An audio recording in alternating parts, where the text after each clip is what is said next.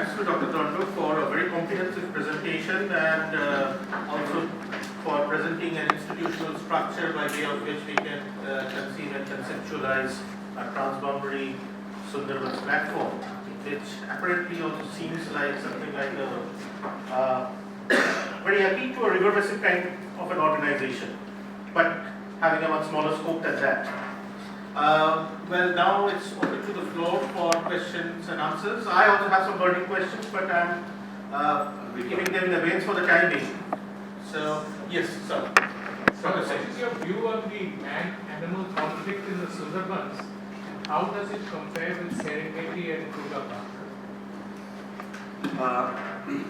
If you see the frequency of man-animal conflict here is higher than what it is in Serengeti, simply because the number of people that are venturing into a natural area for resource extraction. The other difference with Serengeti is it's mostly land with a few rivers here and there. Here it is mostly water with some amount of land here and there. So when an individual, when a human ventures into our natural area, is already at a disadvantage. And therefore incidence of human-wildlife conflict is much higher here. But interestingly, if you see on the Indian side, if the community wants to retaliate against wildlife, they can, but they choose not. This was obviously not the case until about 2 decades ago.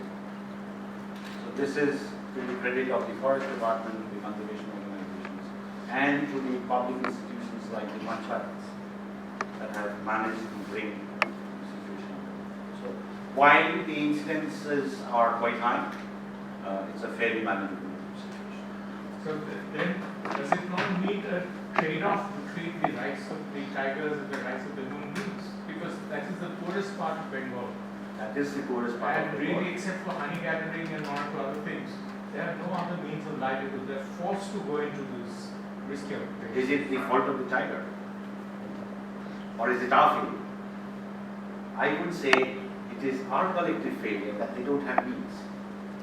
We have not made that investment. We've not made that effort. So it's not the tiger's fault. It's that these people have to depend on the tiger territory. Because these are not indigenous peoples. Had they been indigenous people, I would have had a different argument. These are people who came to the Sundarbans 1790 onwards.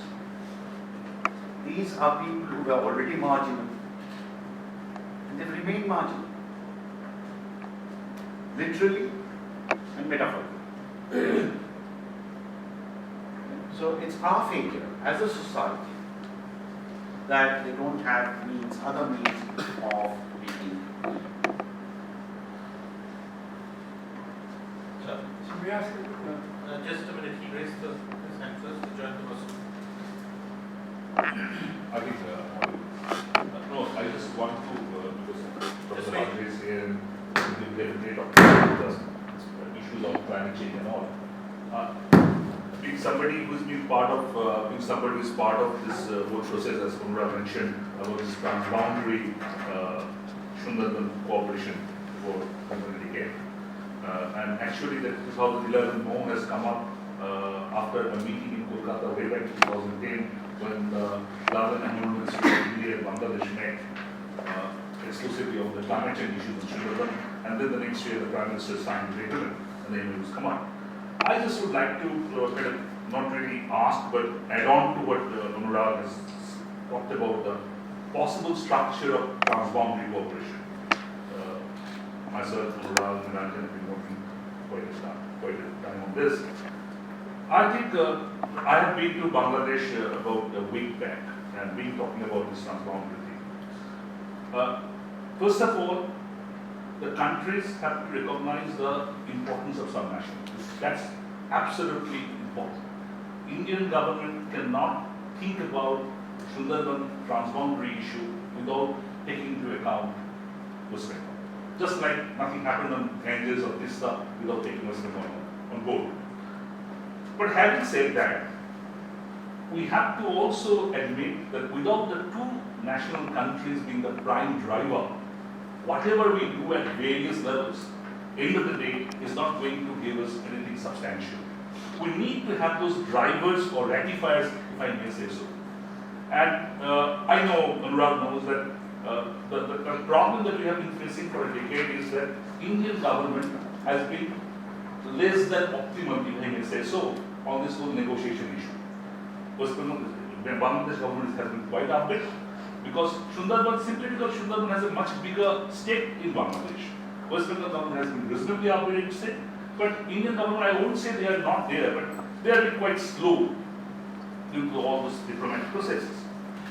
In this context, I would like to kind of open up another option. If you look at the global climate change negotiation now, the entire thing a decade back, Copenhagen onwards, was strictly on country-to-country basis. Now, in 2009, Copenhagen, when the last year arrived and all those prime ministers and big presidents and big prime ministers arrived, all these NGOs have been shunted out. And interestingly, about 100 mayors from various cities across the world were part of that NGO group. And then they decided, we are the guys who confront climate change head on when they hit us. The mayor of Kolkata, mayor of Dhaka, whoever. So we need to say to our federal government, you can't count ourselves out of it. So the next year in Bonn, in 2010, there was the first CT Climate Change Summit. And if you look at the negotiation, if you track negotiation, the last year in Poland, you will find that entire day, the subnational process, one day was allotted to the subnationals. And all the big guys in the negotiation were part of the whole process. And if you look at the Paris Agreement, also the subnationals have been given a lot of importance. So, Anurag, if we can think about a scenario where two governments are ratifiers or drivers, and say Kartip and say our Mongol, these are the areas which are being maximally affected, come to an agreement. So they are the collaborators, they are the actual collaborators on ground. And it is also easier for the academicians and also the environmental managers to work on a smaller scale. So without taking the entire Indian, Bangladesh government, they are there, they will set up the motion. But if we can think about this kind of subnational model to be ratified by the government of India and government of Bangladesh, that may also open up an opportunity. I think that is quite, having talked to the various, and keeping on talking with various players in the whole game, I think that's an opportunity. I would like to have your opinion on that. You can take it up later on. Sir, you see human settlements, whether the tiger is getting its sufficient food within its own national habitat. The human settlements have not encroached into forested areas, except two exceptions since 1943. The forest boundaries have remained pretty stable. The two exceptions, one is Jharkhand in Punjab. The other was Orichan, which of course went back to being a forest. So despite the fact that human population is growing, the tiger habitat is not shrinking on account of humans taking up their space. What is happening is within the human inhabited area, the 450 square kilometer loss of agricultural area that I talked about is accommodating the increased population. Want to respond to the Yes, as I said, this model, though I'm still thinking of at this scale between the two nations, because while I completely agree that the subnational elements and non-state actors, particularly independent scientific communities, interest groups, for example, people interested in tourism, key economic actors, these need to be part of the governance mechanism. The difference that I see with the climate negotiation and this model is simply because the climate thing is global. India dare not take a very different, stance that no, we will not entertain subnationals at all. They cannot do it at the global level where most governments are willing to do it. But when it is one-to-one between India and Bangladesh, the government of India still can manage to say, I don't want subnationals, I don't want unaffiliated characters within the governance mechanism. But the efforts will have to be on, if required, informal. But my worry is the scale at which solutions and interventions will have to be brought about is not something that local actors can do. For example, if we wanted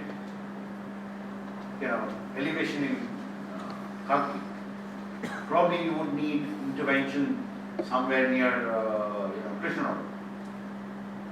In Kalki can't do much. Or the entire Sundarbans system is pretty much at the end of the pipeline. Things that are happening much further upstream have a bearing on the outcomes in this one. So for me, that remains a challenge, that the response may not be at the scale where it is necessary.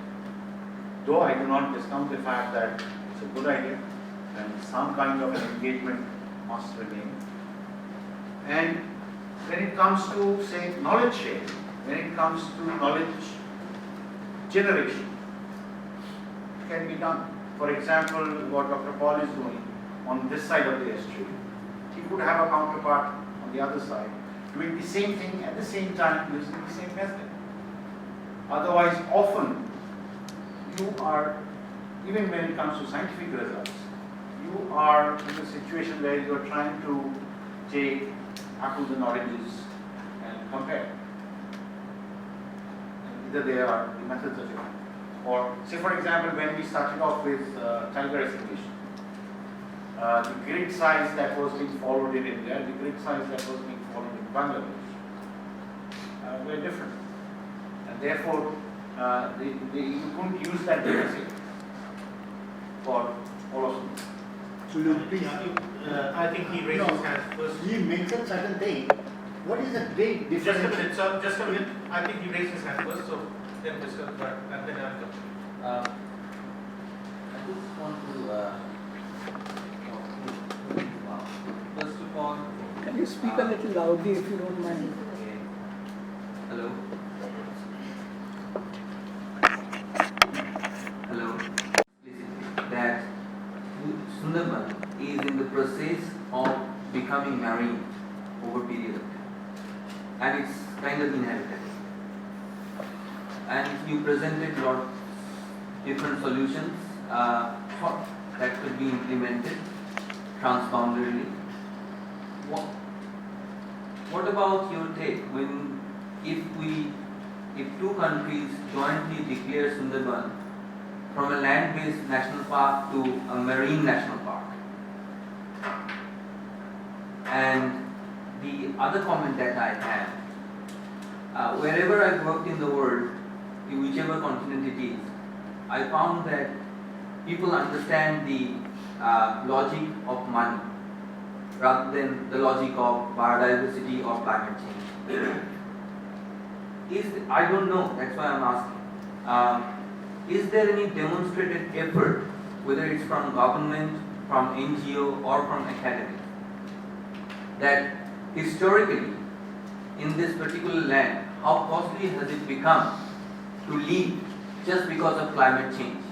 So if we can have that information and percolate that among masses, they may understand, they may sort out their own economics and may evacuate the land if they think that that is wise to do so. Mr. Third. Then I. No, we'll take up the questions. Firstly, I think congratulations to you, Dr. Nilanjan, for starting something new. That's why it's time for people that they should hand over the baton in time. Otherwise, new initiatives will never get taken. So I hope this is the beginning of a 5-day lecture series at ORF Kolkata. I want to make two comments. One triggered by what Jayanta said, and another by what I think Dr. Sen mentioned. Firstly, I think Dr. Sen's comment is very relevant in the context of comparisons relatively. I think what you said is right. Sundarbans is more land, water, and I think it's more comparable to Masai Mara than to Serengeti. Serengeti is more land. But then, even in Kenya, in Masai Mara, they have figured out a way of creating enough employment opportunities for Masais. So you can stay with Masais for 5 days, you can have various programs, and the balance is much better than what I understand for Sundarbans. Second, I think in this very room, I have had where you are sitting, the Minister of Disaster Management for West Bengal. And where Nilanjan is sitting, the Minister of Sundarbans. And I was sandwiched in between the two. Okay? And I always thought that whatever you say between the government of India and the government of Bangladesh, the key is also the government of West Bengal. Since it's the para-diplomacy. So I have no hesitation in sharing with you that apart from meeting these two wise men, making a simple request, you nominate one person from government of West Bengal. And then I think I must have approached 3 members of parliament from West Bengal. Help nominate one person for doing what? As you rightly said, the amount of money that you need for adaptation in Sundarbans is humongous. It's in excess of hundreds of $millions. So what is good is that you make an application of Global Climate Change Fund. If the government of West Bengal and the government of India and the government of Bangladesh make a tripartite application, there is very likely that it would be one of the first proposals that would get priority approval. Jayanta, would you say that? I mean, if you did not have many applications from India so far for adaptation to the Global Climate Change Fund. So I think perhaps we need to think at doing something differently now, which I would urge you and Nilanjan and Jayanta, you trio to take guidance from him. Get one person as a brand ambassador for this project. Motivate somebody as a brand ambassador who is very passionate about this cause. Because if anything wins in life, it's passion. The man has to be passionate. Then motivate some politician to be the minister nodal person. Incentivize him, tell him आपको world का best environment award मिल जाएगा. You know, they like these awards. कुछ बोलेगा कितना India का award है, world का है, foreign जाएगा, वो जाएगा. Politicians love it, no? I guess so. I don't know. Yeah, you know that better. So I think something has to be done to get two champions. One is a politician and one is a brand ambassador who runs across popularity in Bangladesh, West Bengal, and in this region, and who can actually create that pool. Because what you said is bottom-up approach, no? That small, you just segment the crop, you ring fence the area and do it at a local level. That MLA will also be controlled by the Chief Minister, no? At the end of the day, if he tries to be over smart, he will be told, do you want to become, something? So he will be put in his shoes. So it has to be at the higher level, it has to be at a strategic level, it has to be with passion. Thank you. Yeah, sir. little clarification. You mentioned degree, what we do and the Bangladesh are different. Would you mind to explain it? You can take 3. Yeah. So I will, Dr. Paul's was more of a comment, and I don't see so much of a question there. So I presume the second part of the question, the figures, Yeah. there is a number. Yeah. No, I don't know the response to that in any case. No, I don't want that. That's your call. No, because that work was primarily done by him for the Indian side. That there is money value. It's expensive to stay back. It's expensive to deal with the situation. But, if you look at agrarian societies, they do not necessarily respond to economics. There are various other factors at play that will, say for example, as a response to this situation, you will find scores of families where, from the Sundarbans, where the able-bodied are not there. They're working somewhere else. Now that we will be voting, the 19th, you will find each one of them back. If it means losing their job, so be it. If it means that they cannot go back to Kerala for the next 6 months, so be it. That's a loss of income. That's a lot of economic hardship. But to come back and vote is essentially an exercise in retaining that right.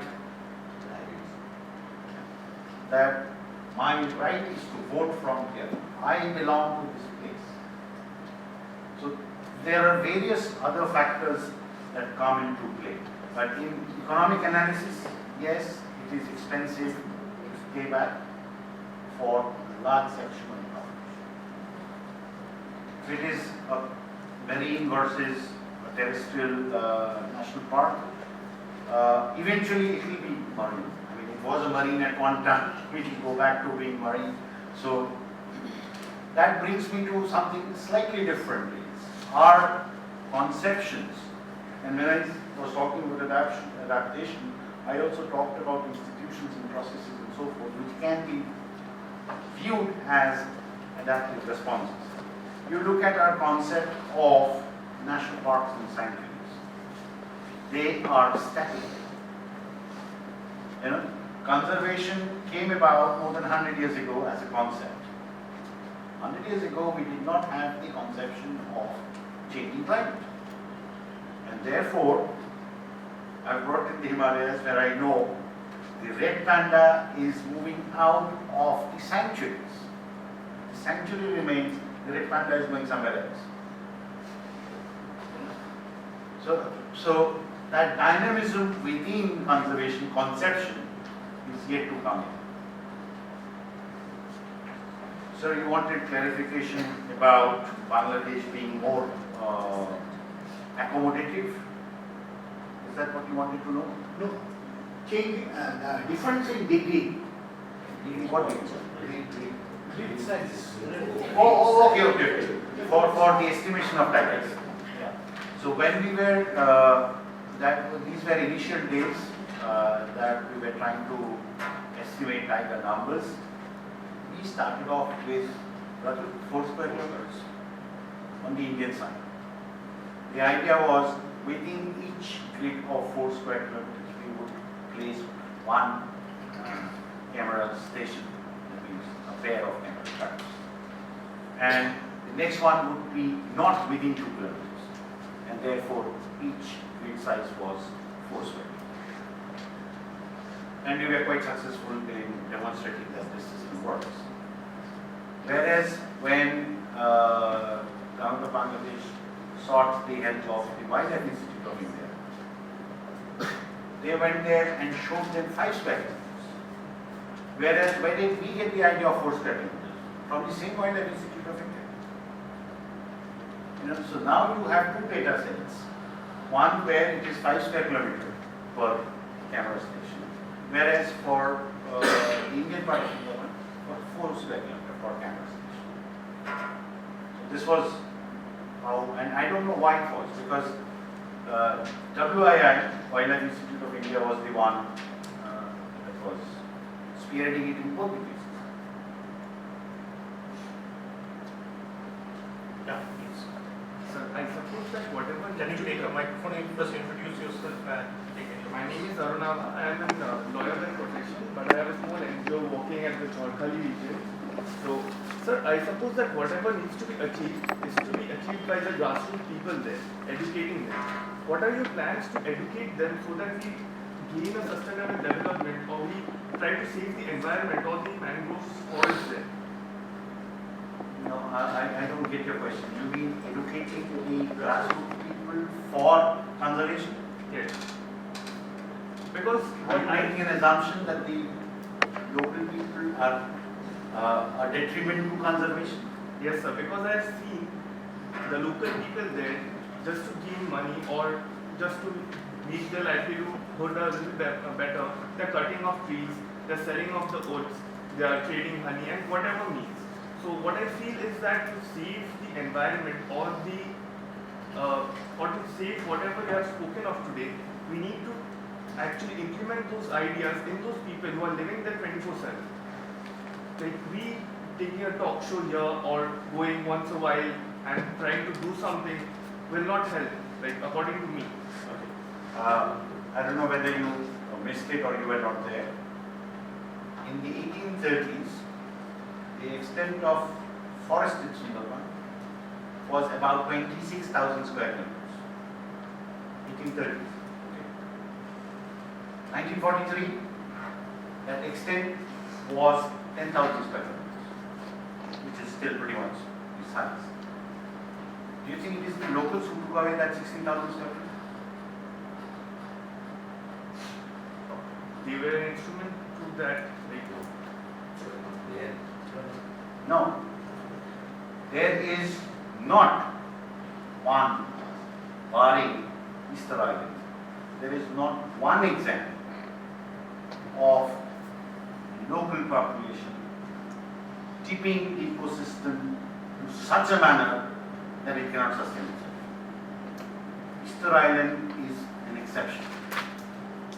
Anywhere you see extant forest, pristine ecosystem, you will find a local population that has used that resource for millennia. So I find it a little difficult to accept that it is the local people who are detrimental to an ecosystem. I also showed an image of the Kultigan outfall, which takes our sewage to Sundarbans. Local people didn't create that sewage. Even I did. In terms of their capacity to pollute, in terms of their capacity to, wipe that place clean, they would not. You try and interview any household that has had a tiger victim and ask the question, do you want the tiger to persist or do you want the tiger to disappear? I don't know if you've asked this question. I have every time, let me tell you, 10 times out of 10, the answer is we want the tiger to persist. Everything. Because if the tiger went there, if that predator went there, the ecosystem would be exploited very differently. So while you might notice that something is damaging to the ecosystem, you mentioned Jharkhali. I don't know how long have you been in Jharkhali or if you are from Jharkhali. If you are from Jharkhali, you will know that it is the R&R department of Government of West Bengal, to begin with, the refugee rehabilitation department. Subsequently, it is the fisheries department, it is the Sundarban affairs department that have cleared mangroves from Jharkhand. Jharkhand continues to be forest land, it is not revenue land. And then you have something like where the forest department comes and creates a mini zoo kind of a thing.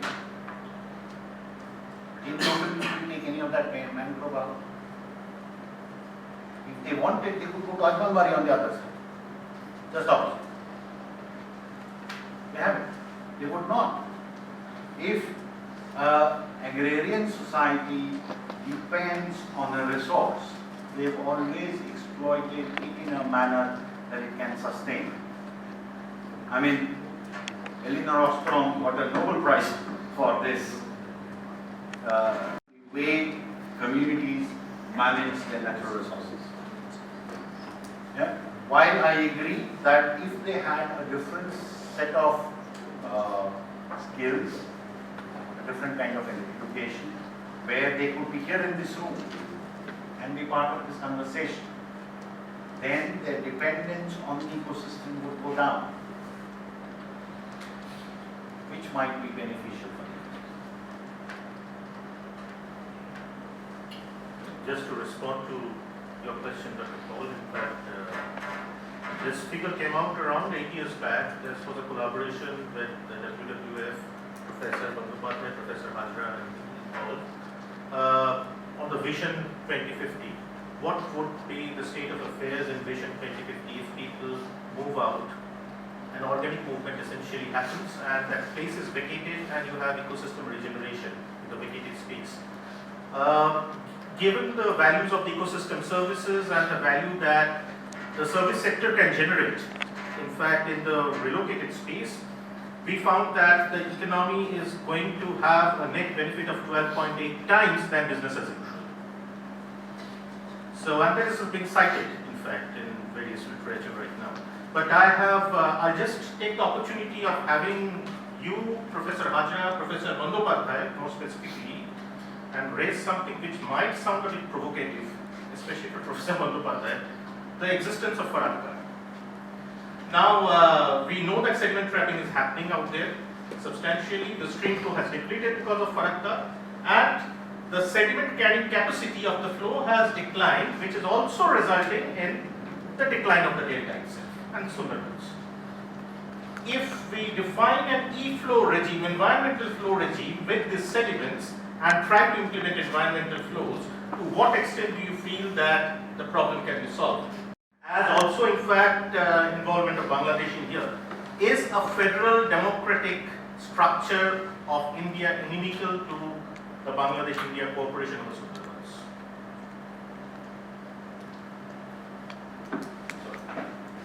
But you mentioned only Farakka. There are other bridges also.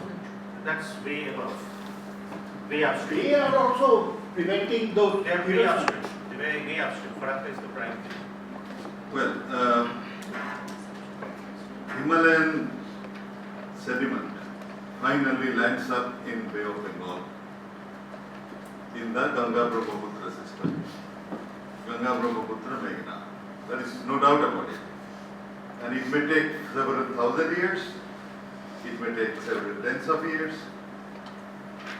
but ultimately Himalayan sediment, even from Gangotri, will land up in either the gap between the Sagar Island and one can say the Meghna confluence.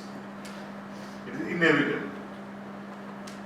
Whether the trap is at Uttarkashi or Tehri Dam or Farakka is a matter of time. Farakka came first, so it created the biggest trap. But if you keep on having water projects where there is storage, sediment-laden rivers like Ganga Brahmaputra Meghna, the world's largest carrier of sediment of about 3 trillion tons per year, they will have less sediment flowing, there is no doubt about it. Now this brings us to reassess the movement going on in the Rishikesh at Matrisadar from a very religious point of view to a very ecological point of view. No one has done it. I think we are among the first few. people are dying. My own teacher, Professor G.D. Agarwal at IIT Kanpur, was one of the protagonists of Free Ganga. Then there is Atma Buddhananda ji, who also had a very long period of going without food, to draw the attention towards Ganga, but purely from a less ecological and more, I would say, mythological or religious viewpoint. But that doesn't stop us from reassessing the requirements of the river basin called Ganga, whether the flow is important in the terrestrial part or flow is important in the oceanic part. Whether the 3,000 kilometer long tail of submerged delta of the Ganga Brahmaputra Meghna, which is crossing the equator today, is to be sustained or not. Whether the 1,000 kilometer wide submerged delta of the Ganga Brahmaputra Meghna is to be sustained or not as an ecological entity needed for tomorrow's growth of land. We should take a dynamic geological approach to delta management. Delta doesn't stop at where it is today. We are sitting on a place where there was delta several centuries or millennia before. So the whole question has to be reassessed in a very geologically dynamic way and let the delta flow southwards. That is geological inevitability. And if you have lots of sediment from Uttarkashi to Tehri to Kanpur barrage to any barrage downstream, you are only collapsing the problem of 1,000 years into 10 years and more intense problem of sediment management. If you have any idea of what is happening in Farakka, the neighboring state's chief minister wants Farakka to be destroyed. We in West Bengal cannot do without Farakka today not because Calcutta port is rejuvenated, but our water supply is going to be totally destroyed if there is no Farakka. So my answer to the question is that we have to have a very different perspective on river basin management. Religion is one dimension of it, true, but ecology is the more fundamental dimension which has not been very seriously taken except a few of the researchers, some of them very ably sitting here. Thank you. Both of any intervention in that, especially on the environmental flows aspect? No, I mean, even if you remove Farakka, the flow will not come to Sundarbans. Because you don't have flow now in Sundarbans. You have flow at Hooghly. Hooghly doesn't feed Sundarbans. All the other rivers like Matla, Vidda, Chakuran are now disconnected. Because the Ganges flow is flowing at much lower level than is offtake water. So unless you have a bigger plan that I generally call my Bhagirath 2 plan, that you have to bring back Ganges in the Sundarbans and Sagar Island area. Then you have to really rejuvenate the rivers that Anurag has pointed out. We have to remove those blockades, reconnect those rivers and have an intra-basinal transfer. But that requires a kind of dialogue and concurrence with Bangladesh. So, to begin with, as we have said in our e-flow project as a sedation, our Hinsa could come through both the governments because the fish is mobile and it can travel, it doesn't need passport like tigers. So, we could decide about a joint management strategy of having a closer, with an October no fishing time for 10 days like that. But for water we couldn't do anything because we felt that it is such a strategic thing to share our water data. And Bangladesh also felt that there is so much necessity to have more water from India, from Ganges actually, but they don't need it actually. So in this kind of political situation, if we propose that well, let us both the countries adopt a river called Ichamoni and let us try to rejuvenate that. Because it goes from India, along India-Bangladesh border, it goes there, it comes back, it goes there. So, if I don't allow water here, Bangladesh will not get, I will also not get. If I allow water, then Bangladesh will get, I will also get. Then again Bangladesh will get, again I will get. So, it moves like that. So, we can rejuvenate a single river with a joint effort of all what Anurag said. And that can actually give a trial whether we can actually rejuvenate an ecosystem in the face of climate change and can address some of the problem of the human being as they are having only single crop, okay, they are not having INSA or they are, they are not having all the other services of a flowing river. Simultaneously, we can bring back some amount of freshwater loving mangroves like Sundarbans in the ecosystem, as well as we can have some sediments to nurture those eroding islands which are tiger habitats. Because even if I increase flow in the Hooghly, those tiger habitat of Bhamatwani or Dalhousie is not going to be saved. So somebody asked me, why don't that Bangladesh, they are getting so much of sediment from Brahmaputra and their islands are increasing, why that thing is not coming to India? One thing Anurag has shown, the big delta, we have a big submarine canyon, 1,000-meter deep, along just you can say south of Talpurti Island. Where from what Professor Bandyopadhyay was saying, that Ganges Brahmaputra sediment plume takes the path and goes to the Bay of Bengal to create that Bengal fan. So that sediment will not come to India and our part. Let us think of a case where we can have some workable small action plan so that we can have this joint dialogue and let us raise some issue. I mean, like John who is here, Anna is here. I mean, you can do some kind of advocacy in form of in the newspapers and journals and social media like that. Let us raise some voice, create something, some pressure groups with the mayors and others who are ready to collaborate. We have done 2 transboundary research projects, actually 3 involving Bangladesh and Indian scientists. Need some, definitely we need UK scientists because they have divided us.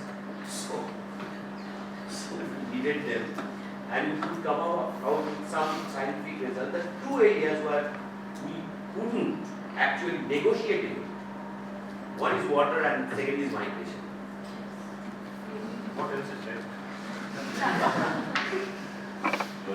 So it is a track 3, you can say. But there is surely, this is the only solution what I think.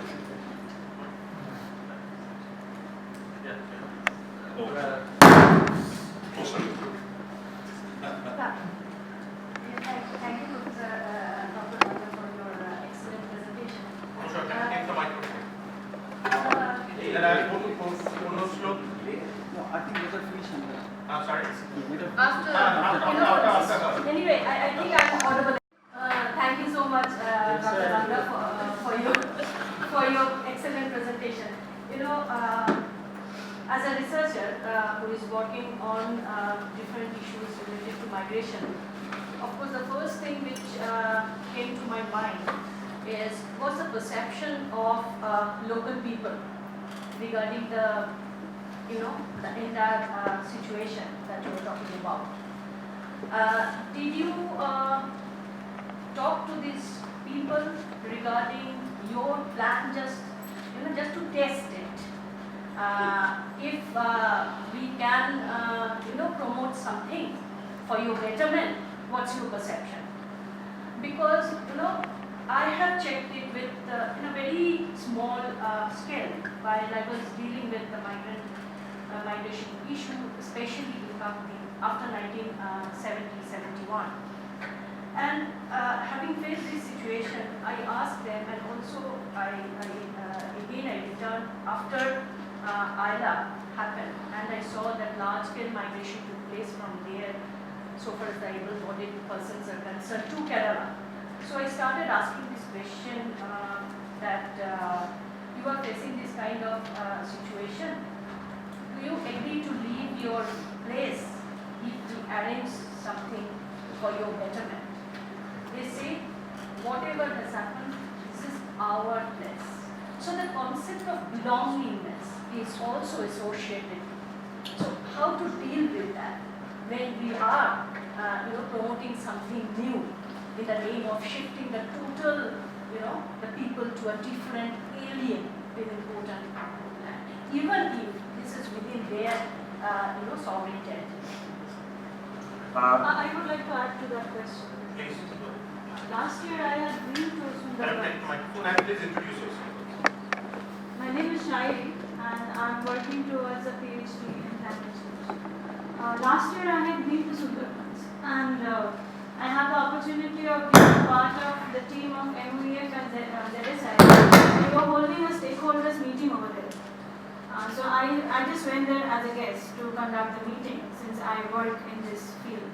So what I understood over there that the people they are not aware of scientific research or anything, nothing as such.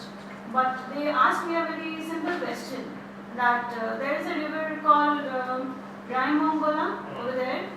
So Bangladeshi immigrants do come in regularly to that river, just as fishermen, but they do not go back. Now their concept is that this is putting a pressure on the natural habitat over there. Like the day I had a talk, 3 days before that, a tiger had crossed Lobangi and carried off 3 people for food because they were not, they think cheetal is the most favorite food of the tiger, which they are not getting. And this illegal immigrants is putting a pressure on the land. So will the government ever think of our survival? And does their question have any place in your suggestion towards adaptation? Take this to us then. Yeah, I address both together. The question of whether we have ever asked that if there was to be a scheme, would you make use of the scheme? Overwhelming, the answer is no. My late teacher, Dr. Ashish Ghosh, who was part of this, he was insistent that while we are preparing this vision, every time any one of us within the team go any location, that this question be posed. And overwhelmingly the answer was no. To my mind, the question is wrong. It's an incorrect question to ask. Long time back, I think the late 90s, I went to Chotomalla along with a very dynamic person who was in charge of bringing renewable energy to remote areas. And I had noticed him asking villages, do you want electricity? Obviously the answer was yes. Having observed that and his failures, I realized it was the wrong question to ask. So similarly, when we were doing this exercise, Dr. Ashish Ghosh asking this question, do you want to move? It's a wrong question. Why do you think this person is going to Kerala, or to Punjab, or to Kashmir, or to wherever? This person is going to make money within his abilities. You know, for most people in the Sundarban, the skill set is not movable, the labor is. For people like you and me, our skill moves with us. For people who are tied to ecosystems, their skills don't move.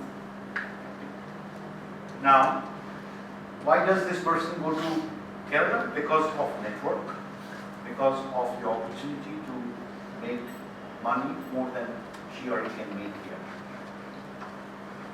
Within the constrained set of skills and capacities that are transportable. If this set of skills and capacity were enhanced, if they had the opportunity to enhance it, You would not even have to ask whether you will move. They will move on their own, the way they are moving on their own to Kerala as day laborers. They will then move as, crane operators. The way Keralites moved to the Middle East as crane operators in the 70s and 80s. So it is a wrong question to ask whether you want to move. And remember that these are people who have already moved several times. So when they say, এটা আমার 14 পুরুষের ভিটে মাটি, বাজে কথা. Except for Hingolganj, none of them will be able to show 14 purush at all. For most of our islands, barring Hingolganj area, have been settled after the 1830s, as I showed you the map, obviously after the 1830s until 1940. So that's about 150 years ago. Within the Sundarbans, if you look at the movement of people, say for people who now currently live in Middle Sundarban, which is say Bashanti, parts of Koshapa, where did these people come from? These people came from further east. Further east means across the border. No sir. Further east means Kumirmani. Further east means Hingolganj. So it's not been one movement from say part of Koshor to Koshapa. It's a gradual movement. And if you track on the western side, it's again the same thing. It's one movement from say Mednipur east to Shador. But from Shador to Namkhana, Namkhana to Patapratima, Patapratima to Kultan. These are several movements, and these people have moved number of times. If they had the opportunity, they will move again. It is the lack of opportunity that is tying them down. I mean, if you go to a school even now, how many of these students are able to pursue physical or biological sciences if they want to? In the absence of laboratories, in the absence of teachers who can inspire, simply by being born in that area, they are being denied of that opportunity. So, as I was telling him, that it is our failure that we did not create the necessary institutions, the infrastructure for them to be able to participate in various processes that you and I take for granted. If that was possible, okay. But in the absence of all of that, if we ask, will you move? Obviously the answer is no. In the absence of electricity, if you want electricity, obviously the answer is yes. So people moving in and creating more pressure and taking away 3 people, it sounds a little bit like a story. Where did this tiger take away 3 people? They said so. They're good storytellers. They will tell you the tiger can climb boats and take people away. As if tigers in the Sundarbans can defy physics. Super creatures like Superman, and they can defy physics into the boat and they take people away. No, it doesn't happen. It cannot happen. They can only take away if the boat is at a lower elevation than the tiger. Then yes, it can take it away. But the tiger will take it away if the tiger were to be manager in the absence of cheetah. You can't get people, so it eats people.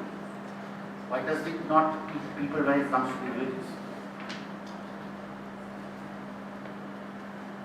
They stay for 7 days. Then it should eat people.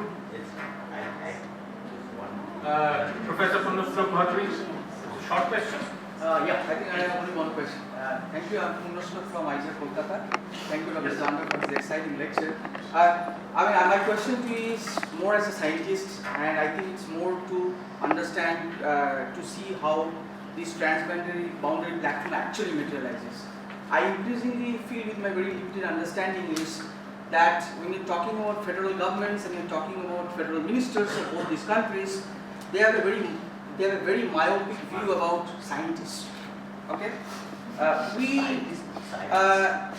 Yeah, I would agree with that. So I think there's enough scientific evidence now to show that there could be lot of solutions and interventions could be done. Some could be very, very drastic, as Professor Hazra has pointed out. But when you take those ideas forward at the governmental level, at the ministerial level, some way or other, it actually kind of deposits down and it gets lost in this millennial scale. How do we tackle this situation? I will answer two questions at the same time because Dr. Ghosh asked, is our federal structure inimical to cooperation and whether the system as such is anti-science? To both, the answer is no. If we look at institutions that we have in place, I don't think institution is inimical. It is people who occupy those institutions at different times could be in favor or could be inimical. Because the same set of institutions delivered us a Ganges Treaty, where a sub-national head of government had a role to play. At that time, the sovereign did not have problems. So it is not the institution. Now, when it comes to scientific evidence being used or scientists speaking to politicians, that's where the problem is. Scientists and politicians do not make good bedfellows, very frankly. They don't understand each other's language. They don't appreciate each other's, spaces. And therefore, you need a mediator who can translate. Dvibhashi. You need Dvibhashis to be speaking to both and making that communication happen. I'll give you an example. For example, and as Dr. Paul also said, that marine protected area versus terrestrial protected area and so on and so forth. For a political person, you can't give so much of science. The question to ask a political person is, what is it that you want? Do you want the Sundarbans to persist? I mean, you come up with, like Professor Hazra does with all Bhagirath 2, let's say, meeting hi korbo na, done. But if you get a consensus around persistence of the Sundari tree simply because it might have lent its name to the area called Sundarban, you already have a anchor to play with. Then bringing water for Sundari is going to be a lesser challenge. Similarly, if we want the tiger to persist, because tiger is the national animal here, it's the national animal there, and so as you said, if there is a champion, political champion, if there is an ambassador, for example, hypothetically, if somebody like Sourav Gandhi were to champion for the tiger, the kind of traction that he would have in Bangladesh, the kind of traction that he would have here, he might then be able to deliver us the consensus around persistence of tigers. So once there is agreement, and these agreements can't go over very broad things, these have to be on iconic stuff. Otherwise we would have never had Project Tiger. For Project Tiger to be taken over from WWF by Government of India as a nationwide program and pumping in millions of rupees since then would not have been possible. Simply because we came to agreement, it's a social contract, so to say, that the tiger must persist in this country. So then you can make use of the science to help that person deliver this social contract. Otherwise, we are going to have cross connections, frustrations, as so evidently.